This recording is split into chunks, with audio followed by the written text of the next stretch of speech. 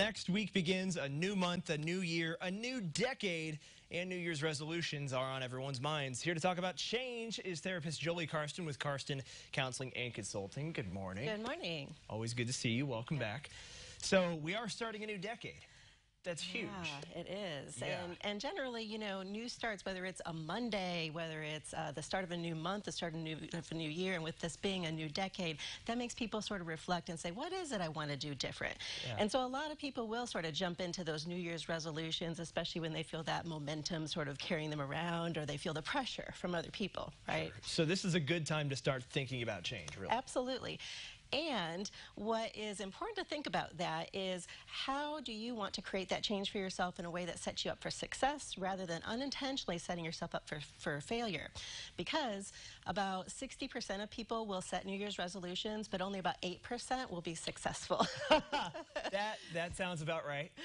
If we look at how many people go to the gym and then they're done with it by halfway through February. Right. Yeah, you go in on January 5th and the gym is filled, and then by the end of February, 80% of people have stopped their New Year's resolutions. Yeah, so what then is the key to actually following through? Yeah, one really cool thing is to understand how we go through the process of change as a cycle. That we don't just say like, oh, I decided that I just want to do this thing differently in my life, and then we just do it. We go through a process where at first we're in pre-contemplation, which is sort of like, I don't really know if there's a problem. Like, let's take something simple, like, you know, maybe you're thinking I could drink some more water. So you're like, yeah, maybe it's not really an issue that I drink, you know, much more coffee than I do water. I drink at least 1 cup a day, so it's good. And then maybe you're starting to realize you have headaches, and you say, so you move into contemplation, which is, I'm thinking maybe I want to do something different. Maybe this really is an issue. Maybe if I drink more water, I'll feel better. And so you're thinking about it. That's what contemplation is. You have to go through, the step that people often skip is preparation. We think about it, and then we think, okay, I'm going to set up action. But if you pause for a moment and go into preparation first, where you say, how am I going to do this? Okay, well, I know I drink more water out of a straw than otherwise, so I'm going to make sure I have a cup, a straw that has a straw. And maybe I'm going to take that to work with me every day, and I'm going to get an app that tracks my water. So you set yourself up for success by pausing in that preparation rather than jumping straight into action.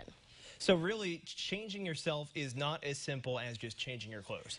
You can't just decide to do it and then do it. You have to think about it for a while. You have to actually prepare. Yeah, because our brains are habit machines. They love patterns, they love routines, they love habits, and they don't like doing things different. So when we do things different, it feels uncomfortable because it's familiar. So we will tell ourselves, well, this is too hard, or we'll go backwards in the stages of change, and we'll go back to pre-contemplation. Maybe it's not that really big of a deal after all. Sure. Right. So we have a little bit more than a week, I guess, until the new year. So this is the perfect time to really start that process of thinking about it. Absolutely. So over the next few days, what do you want to be doing to mentally prepare yourself? You know, honestly, I would say figure out where you are in that stage, in the stages of change, and make your goal for the new year. Start there. You don't have to start the new year in action. Maybe you realize you haven't really been thinking that there's an issue that you want to change, but other people are telling you that. So your goal is to start considering that change, right? Sure. Or maybe your goal is, I'm going to figure out how I'm going to make that change. I'm going to figure out what would help me.